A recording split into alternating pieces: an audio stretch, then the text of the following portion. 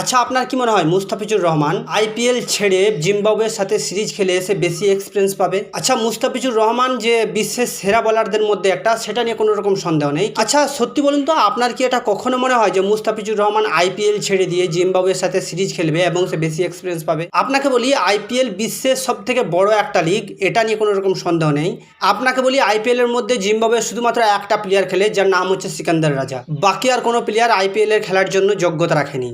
তাহলে আপনি এখানে ভেবে নিন, আইপিএল যে বিশ্বের সব থেকে বড় একটা লিগ এবং আইপিএলের মধ্যে যে বিশ্বের সব থেকে টপ প্লেয়ারগুলো খেলে, সে সেখানে বেশি এক্সপিরিয়েন্স পাবে ইয়া জিম্বাবুয়ের সাথে সিরিজ খেলে বেশি এক্সপিরিয়েন্স পাবে? এটা না হয় বাংলাদেশের ক্রিকেট বোর্ড জানে। আমার মনে হচ্ছে যে বাংলাদেশ ক্রিকেট বোর্ড কোথাও যেন একটুকু হলেও ভুল করছে মুস্তাফিজুর রহমানকে ফিরিয়ে আনার কথা ভেবে। কেননা আপনাকে বলি, আইপিএলে যে প্লেয়ারগুলো খেলছে তারাই ওয়ার্ল্ড কাপ খেলবে। জুন মাস থেকে যে ওয়ার্ল্ড কাপটা স্টার্ট হবে, শুধুমাত্র জিম্বাবুয়ের প্লেয়াররা কিন্তু ওয়ার্ল্ড কাপ খেলবে না। যদিও চেন্নাই সুপার কিংয়ের জন্য মুস্তাফিজুর একমাত্র হিরো, যে 5টা ম্যাচের মধ্যে 10টা উইকেট নিয়েছে এবং সে প্রথম ম্যাচের মধ্যেই 4টে উইকেট নিয়ে প্রমাণ করে দিয়েছে যে মুস্তাফিজুর রহমান বিশ্বের সেরা বোলারদের মধ্যে একটা। যেখানে বাংলাদেশ ক্রিকেট বোর্ড মুস্তাফিজুর রহমানকে 30 মে পর্যন্ত সময় দিয়েছিল, কিন্তু বিসিসিআর এর অনুরোধের জন্য মুস্তাফিজুর রহমানকে 1 মে পর্যন্ত সময় দিয়েছে, মানে 1 মে পর্যন্ত সময় দিয়েছে। আপনাকে বলি, চেন্নাই সুপার কিং এর হয়ে মুস্তাফিজুর রহমান আর 3টে ম্যাচ খেলার সুযোগ পাবে, 23 এপ্রিল, 28 এপ্রিল এবং 1 মে। আপনি দেখতেই পাচ্ছেন, 23 এপ্রিল হচ্ছে লখনৌ সুপার জয়েন্ট, তারপর 28 এপ্রিল হচ্ছে সানরাইজ হায়দ্রাবাদ, তারপর 1 মে পাঞ্জাবের সাথে ম্যাচটা আছে, যে ম্যাচটা খেলার পর মুস্তাফিজুরকে দেশে ফিরে যেতে হবে, কেননা তাকে তার জাতীয় ক্রিকেট খেলতে হবে। কিন্তু আমার মনে হয় কোথাও যেন একটুকু ভুল হচ্ছে,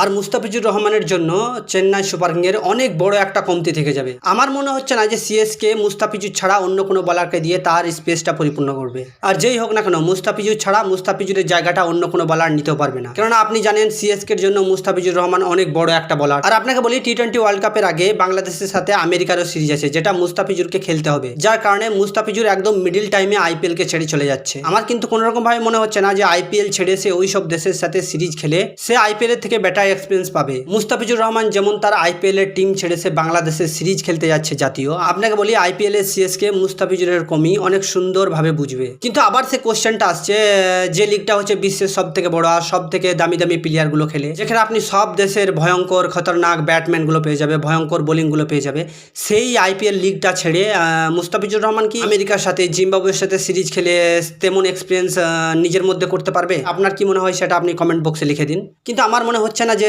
মুস্তাফিজুর যে লেভেলের প্লেয়ার, যে স্টেজের প্লেয়ার, সে বেটার কিছু ডিজার্ভ করে। তো চলুন, আজ এইটুকুই, দেখা হচ্ছে পরের ভিডিওতে। আপনি যদি আমার চ্যানেলে নতুন হয়ে থাকেন তো দয়া করে একটা সাবস্ক্রাইব করে যাবেন, আর এই ভিডিওটা যদি আপনাকে ভালো লেগে থাকে তো একটা লাইকও করে যাবেন।